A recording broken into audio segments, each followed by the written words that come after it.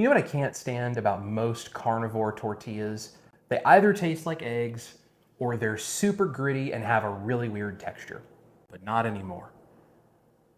Hey guys, Chris Cookin' Nashville here. Today we have carnivore tortillas. So you can do carnivore, keto, taco night, however it is you like to do it. I have these fantastic tortillas sitting in front of us and made my lovely wife a lovely keto taco.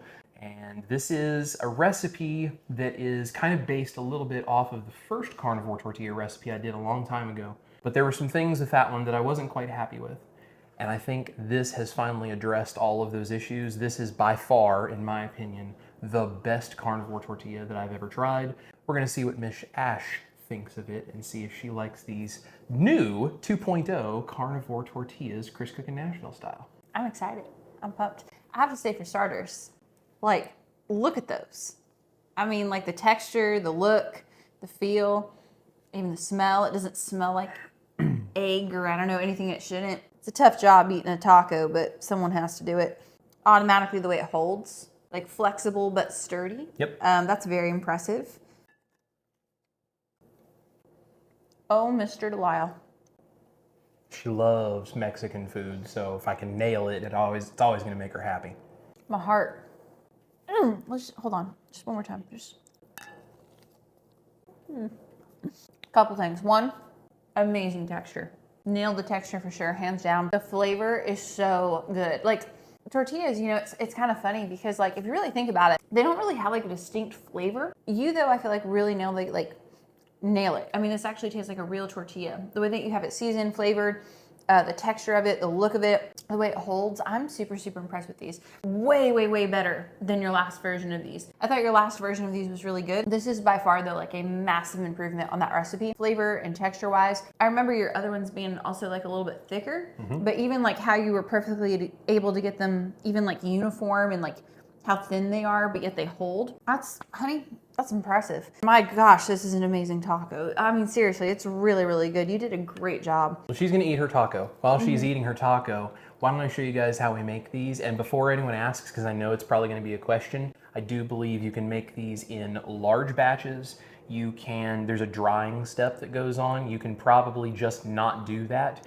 Put these in a Ziploc bag separated by parchment paper in either the refrigerator for a few days or the freezer for probably a few months. And as long as you thaw them back out in the refrigerator and then you do that last drying step before you serve them, I think they're gonna come out absolutely fantastic. And I think it's gonna be very easy to work with. So she loves the tacos and these carnivore tortillas that have made them.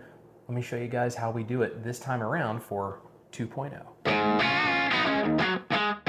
All right, here are all of our ingredients for making our carnivore tortillas. This is 1 cup of sour cream, and you can use any kind you like. This is 1 whole egg. Right here I have 1 tablespoon of butter. I have 2 teaspoons of gelatin, unflavored gelatin. I have 4 teaspoons of egg white powder. And over here I have around 1/4 cup to 1/2 cup of cream. You can use more or less depending on the texture, but we'll adjust that as we mix. So what we're gonna do is start putting everything into this bowl so we can get these mixed up into our batter.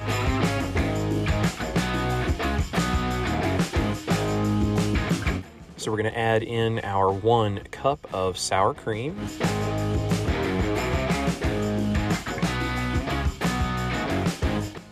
Along with that, I'm gonna go ahead and add 1 egg into the bowl. I'm gonna take 1 tablespoon of butter and put it in the microwave and melt it.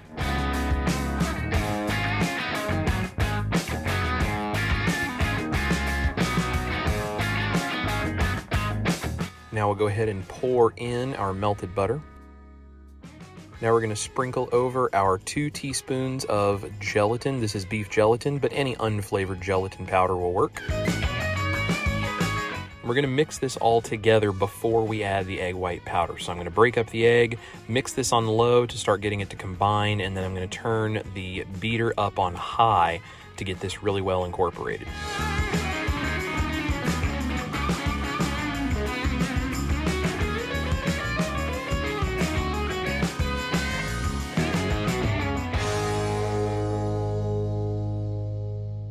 Once that is nice and smooth, we can go ahead and sprinkle in our 4 teaspoons of egg white powder. And I'm sprinkling it all over the surface to try to avoid getting any lumps. We're going to make sure to use the whisk and beat this on low and then high and make sure that there are no lumps of egg white powder.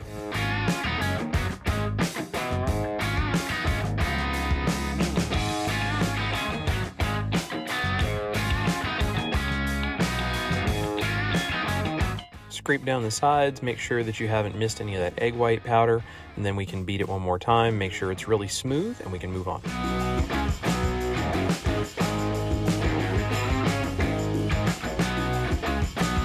Now we can go ahead and add our cream. I'm going to start with about half of this. We want this mixture to be pourable and liquid, but we don't want it to just be too runny to where we can't work with it. If it's too dry, add more cream until you can get it to move like a liquid. But if it's really, really wet, you may not have to add any at all. I added about a half of this cream, and it's just enough to make sure it's loose enough because this will get firmer as it sits. And you can see this runny texture right here, which is like a super thin pancake batter, is exactly what we're looking for. Next, we're going to move over to the stove where I have a skillet on medium-low heat, and you want to see sizzling water when you drop a few drops of water on it just like that. That means it is preheated and ready to work.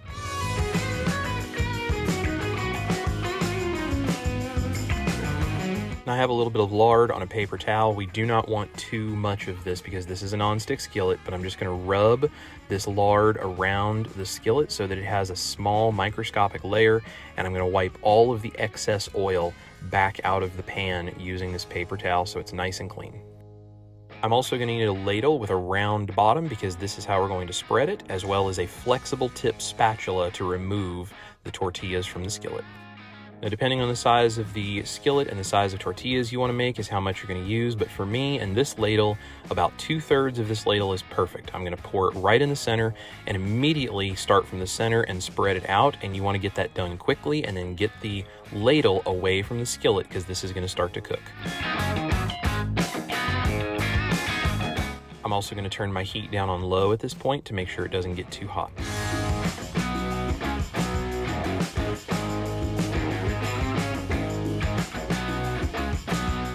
After about a minute, you're going to start seeing bubbles around the edges, and you're going to see it's starting to look slightly puffy and a little bit drier looking on top. That's when we're going to start with one edge and very carefully get the spatula underneath, and I'm going to go all the way around in a circle. This is a delicate mixture, so we want to be careful not to tear it. That's why we need that flexible tip. And we're going to go all the way around the outer edge, and as soon as we get all the way through the outer edge like that, we can very gently loosen this. And you slide the spatula underneath of it, lift it up carefully, and flip it over. I also find it useful to use a flat pancake turner to just press down and make sure it makes good contact with the skillet. Just be careful that it doesn't stick to your pancake turner and tear. And now you can see it's starting to move freely, which means the underside of it is cooked. So we're going to give it just a little bit longer so that we get it cooked and browned a little more. And after about a minute on each side, we can slide our pancake turner underneath of it, and you can see a perfect tortilla ready to be taken out of the skillet.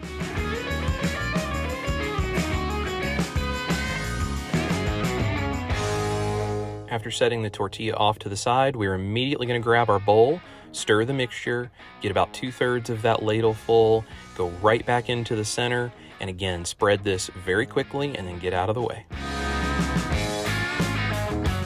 And if you're curious if the dog is helping me make tortillas, absolutely not. This is her place in the kitchen while I'm the one doing the work.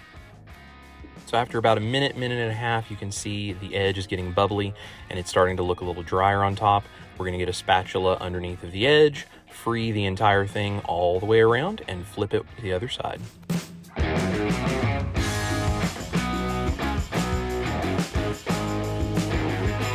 And you can see it is moving freely, which means it is cooked on that other side.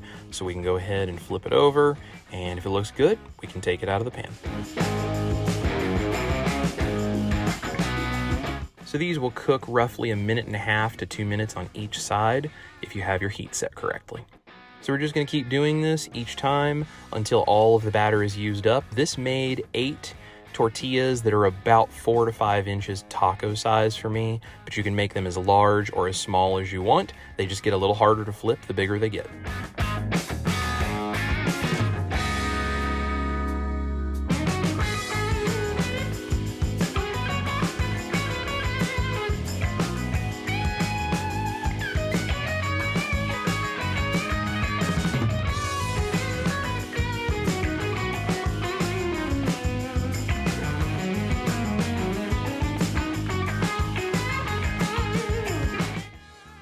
Now I'm going to put parchment paper on a cooling rack on a baking sheet. I'm also going to set my oven to the lowest temperature, which for me is keep warm. Use whatever lowest oven temperature you can for your oven. And then we're going to lay our tortillas on this parchment paper so that we can place this in the oven on that low temperature to dry them out and make them a little more like tortillas.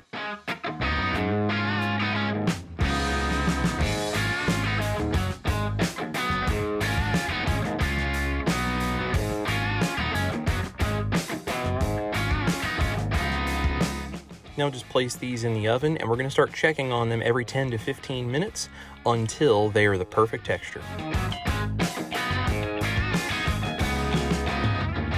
So after 15 minutes of drying time, I'm going to go ahead and flip these over and dry the other side about 10 minutes. If your oven is hotter than mine, it may only take 5 to 10 minutes on each side. If it's a little cooler than mine, or if you're particularly humid wherever you live, you may have to do 20 minutes. It just depends, but you want these to still be nice and flexible and soft, but to feel a little bit dry to the touch on the outside, and the very edge of them may start getting dry and almost slightly crispy. So now we'll put them back in the oven, and about another 10 minutes on these should do perfectly.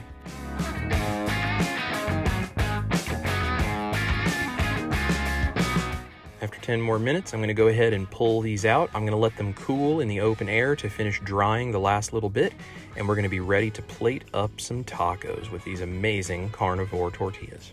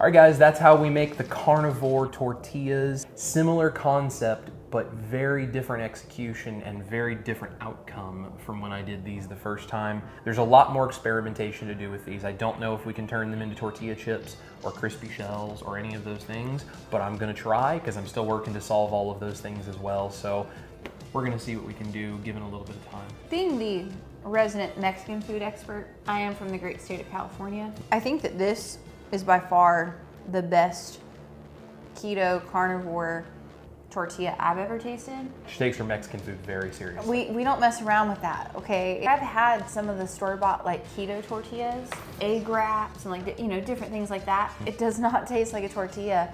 It tastes like eggs, or it tastes, you know, like the texture's off. There's just something not right. This is by far like the closest thing I've ever actually tasted to like another tortilla. I really think that you nailed it. Like, this makes me very happy. Yeah. I would like tacos every Tuesday now or something.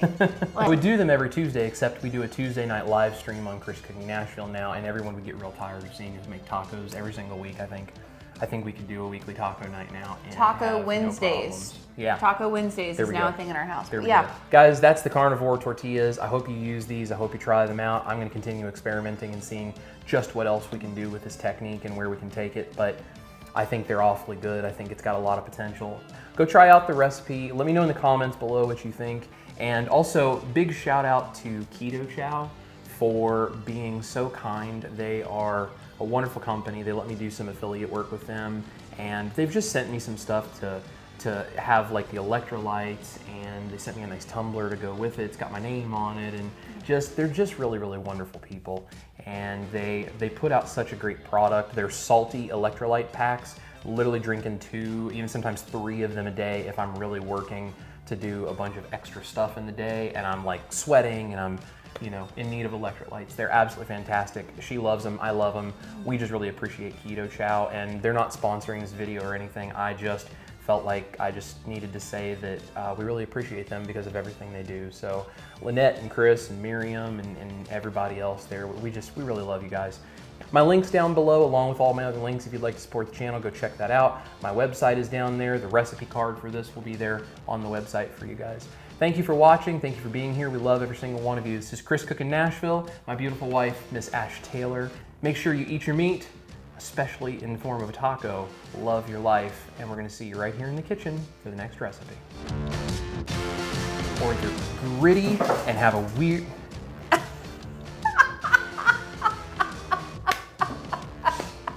Happy? Definitely. The dog is expecting some and she's not gonna get any. Why were you not gonna feed the baby? We've already fed the baby. She doesn't need to do that again. Can I have another taco now? Yes. Let's make tacos. Yes! Let's That's what I want to hear from you. Let's make tacos. That's a woman's dream. Let's make tacos. How to make your wife happy. Lesson 1. Let's make tacos. And get a golden retriever. No, honey, do you want some tacos?